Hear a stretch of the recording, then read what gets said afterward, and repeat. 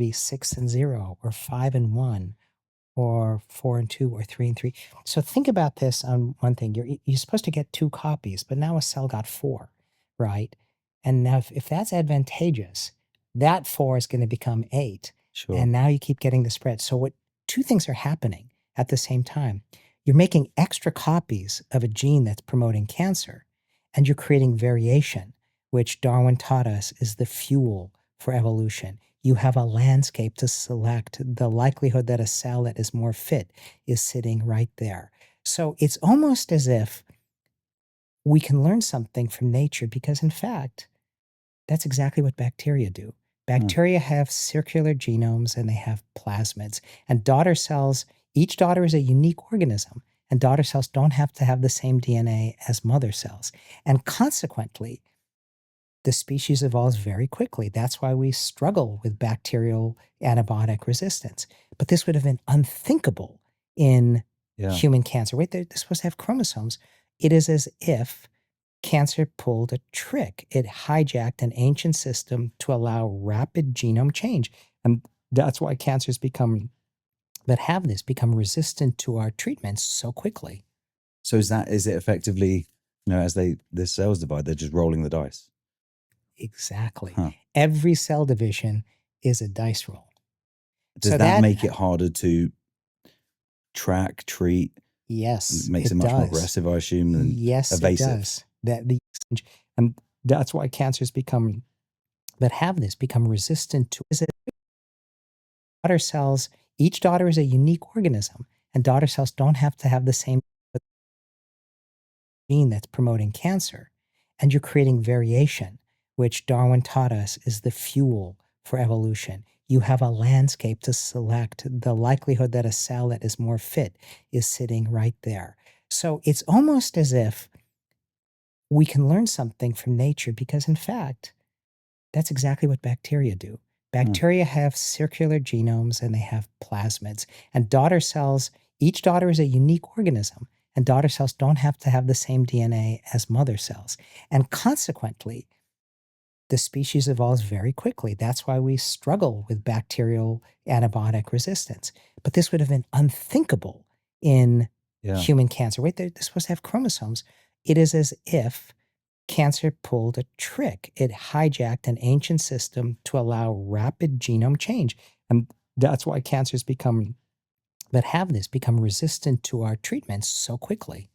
So is it effectively, as the cells divide, they're just rolling the dice? Exactly. Every cell division is a dice roll. Does that make it harder to track, treat? Yes, it makes it much more aggressive, I assume, than evasive. It does. Yes, it does.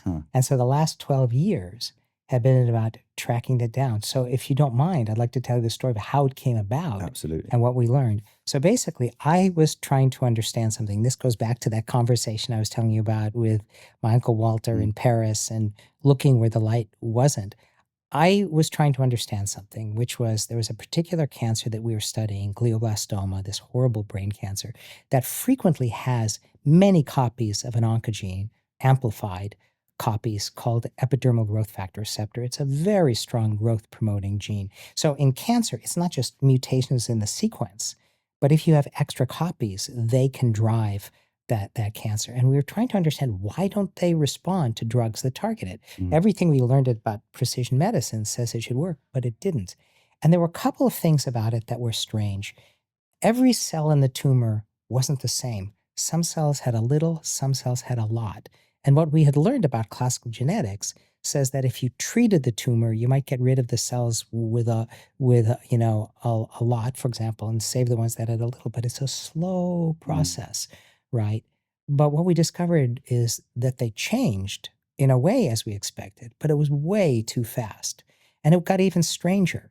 If you took a cell that had a little or a cell that had a lot, and you put it into a dish or you put it into a mouse, they all gave rise to the original tumor with its full spectrum. And that made no sense by classical genetics. And then I realized something. How do we actually know where genes are?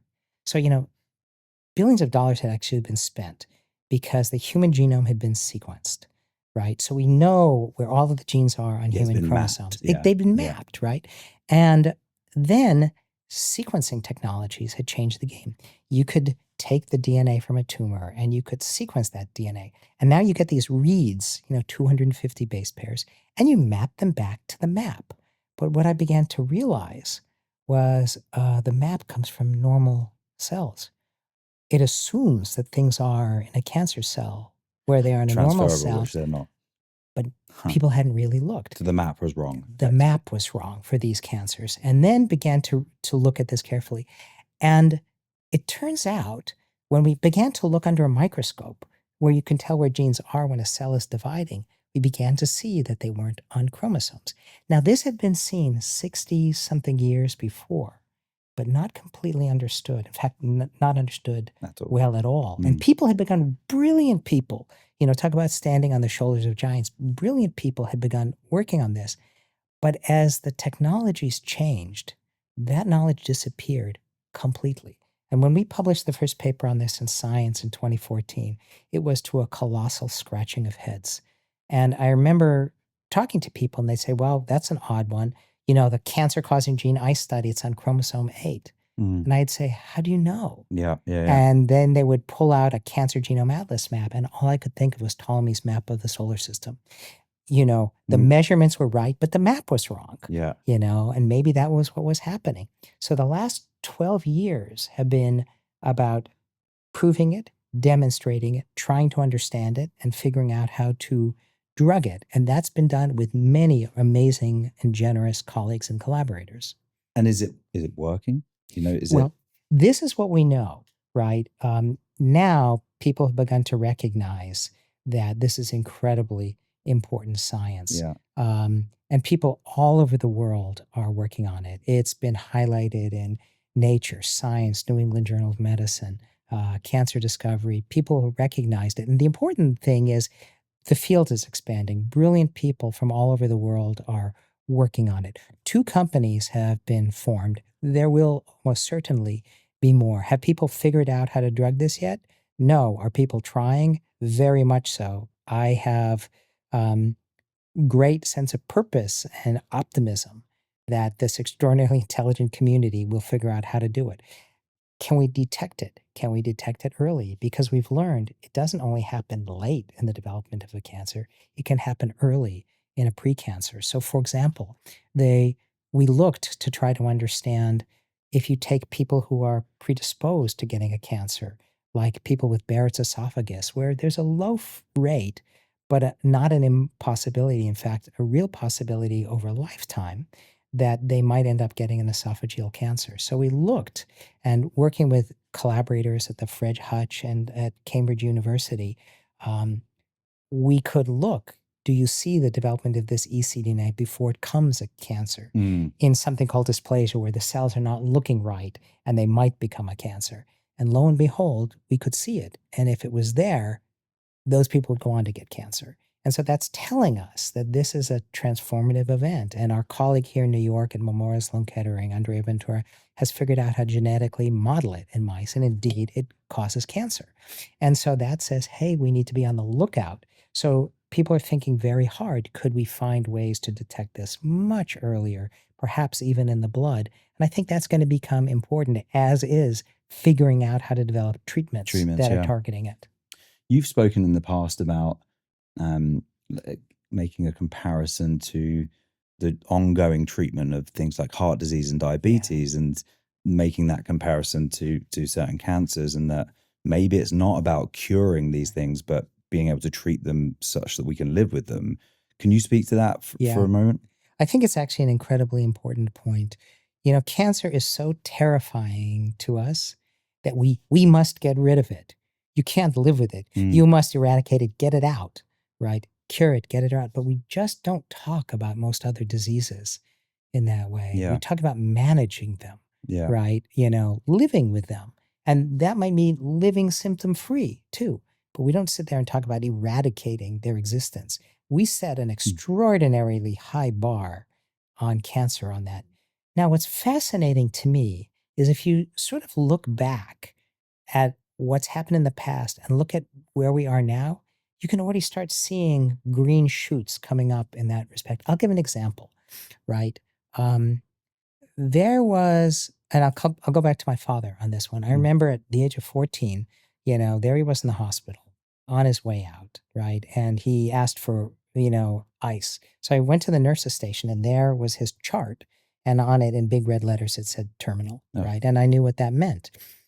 Now, there was an article in the Wall Street Journal a few months ago. 大家好，我叫孙开，我是亚利桑那州立大学社会行为科学学院心理学教学项目的助理教授，我同时也是我们线上中文硕士项目的副主任。Oh. Right, and I knew what that meant. Now, there was an article in the Wall Street Journal a few months ago.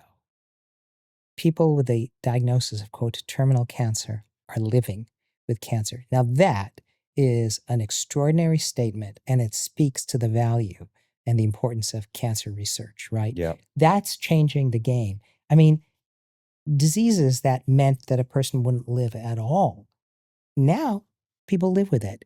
My hope, of course, we'd like to cure many cancers, but I think many people would take, I can live with it, right? I want to go on and live my life and be with my family and be with my, do the work and, enjoy the life that I want to have. People would take it, Yeah. right? It's no longer a death sentence, a No, diagnosis. that's Whereas right. we used to think there was, right? And That- in many that's cases, right. it was. That's right. And people would feel like pariahs, Yeah. like it was something that was transmissible, and Sure, I think yeah. it's really important to rethink that and to give people a sense of living with it. Of course, you'd rather not get it. Mm. But if people get it, can we find ways to manage it so that people can live with it? Can I ask you two questions on that? One, if we are successful in what we're aiming to achieve, if we could get 100 healthy years for everyone, if we lived long enough, would we always develop cancer?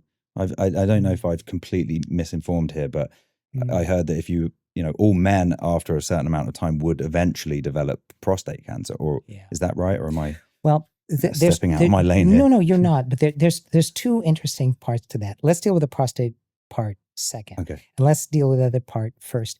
So what's really interesting is I used to think that cancer was just boom, it happens. Mm. And I think in some instances, it's not exactly a boom. Maybe it's an event followed by a boom. But for many cancers, what it really is a stepwise series of events where you get mutations that sort of advantage a set of cells. Now, those cells are waiting to get the next mutations, and they're proliferating or reproducing their DNA more rapidly.